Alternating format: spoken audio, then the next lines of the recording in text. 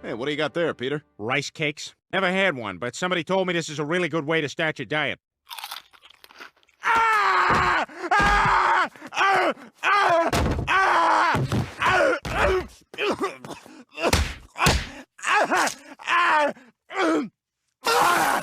Ah! Who could think of such a horrible thing?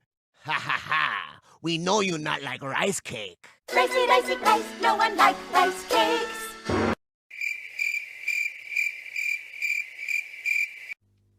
Mike, are there are there three things, three learning points that you would want someone to go away from this week with? Like being happy makes you whatever. Prioritize your happiness, whether you're a business owner or an employee. Use that as your guiding beacon in whatever it is that you do. Focus on being authentic. Be good at what you're good at. Don't try and be good at what you're not good at. Get help with that. And look after prioritize your health as well. You do those three things, and you can do pretty well in anything, I think. Very good. Manuel, would you like to add anything to the end of this? Yes.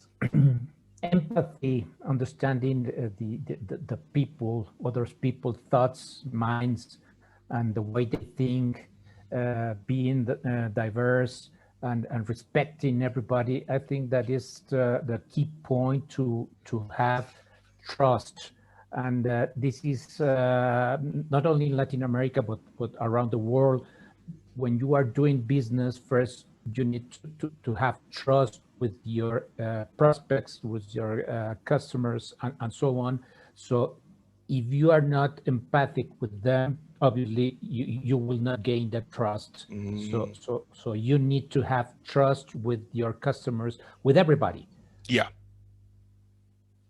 Well, that's one of the things I guess about Zoom meetings is that you catch people at home off guard, maybe, and so they can't hide in the way they used to. So as a sales rep, I used to turn up in my company car with my suit and tie and laptop, and it gives a certain image. Yes, yes, and for instance, before obviously pandemic, the way to do business in Brazil is, okay, we do not talk business in the first 2 or 3 weeks. We only go to have lunch or have drinks or whatever. And if I feel right with you, okay, let's start talking about business. So that's specific in Brazil, the way to do business. So you're telling me that in Brazil, you're all really happy as a choice, if you can be happy, and the way you conduct business is to take each other out to lunch and dinner for the first 4 weeks. Yes, yes. Holiday to Brazil. Yes. Show them that you are happy, and if you see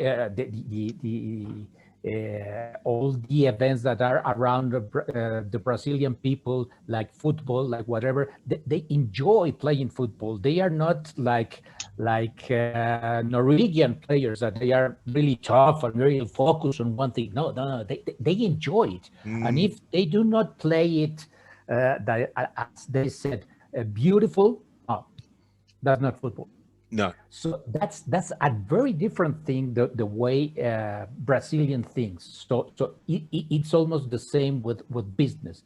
First, we need to know each other, and if after knowing each other we have empathy with trust, okay, let's talk about business. I think that's happening in the digital world now. You meet people through networking, or events. You don't ever, or very rarely, sell to somebody when you first interact with them. You nurture them, which is exactly what Manuel just talked about. But you used to do that physically, whereas now you figure out ways to do it digitally. You follow, you give away content, you put your character across, you do posts on social media. You have an opportunity to convince those people if they like you and they're interested in what you're saying or not. So I think exactly what Manuel's just said is what happens digitally now. Yeah, absolutely. Well, I would build a relationship.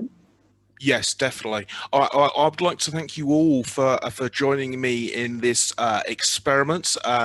This is my first five-way misses, and we've had some technology issues, but I hope you watching have enjoyed the conversation. Connect with my colleagues on this video recording. I'll tag them in, obviously, because what you're hearing from them is this authenticity, is this approach to life, and it won't be for everybody, but it sounds like it should be for most of you, because believe me, I would say, you know, pretty jolly most of the time, and I really enjoy it. And like Manuel said, you know, if you focus on being happy, you can be. One tip from the book, The Happiness Advantage, is that, and I'm going to lie about the amount now, so we'll say over 60% of the brain chemicals you release for joy, for excitement, for pleasure, so dopamine and serotonin,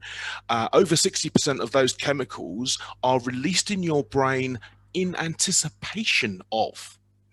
So many people have been disappointed about not being able to go to restaurants, not going on holiday, not doing this, not doing that over the last year.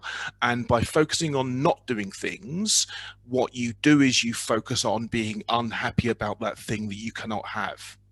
With the same brain, you can turn around and look forward to the thing you do not yet have, especially given the time that's passed, and your brain will give you a good, happy feeling in anticipation of that holiday, hug, love, whatever it may be. It's been a pleasure to have you all here. Everyone wave to the camera. Bye. They're not waving. Hey! And we'll see you in another discussion very soon. Leave your comedy clips in the notes below, in the comments below, and I'll see you again. Thanks very much. Bye.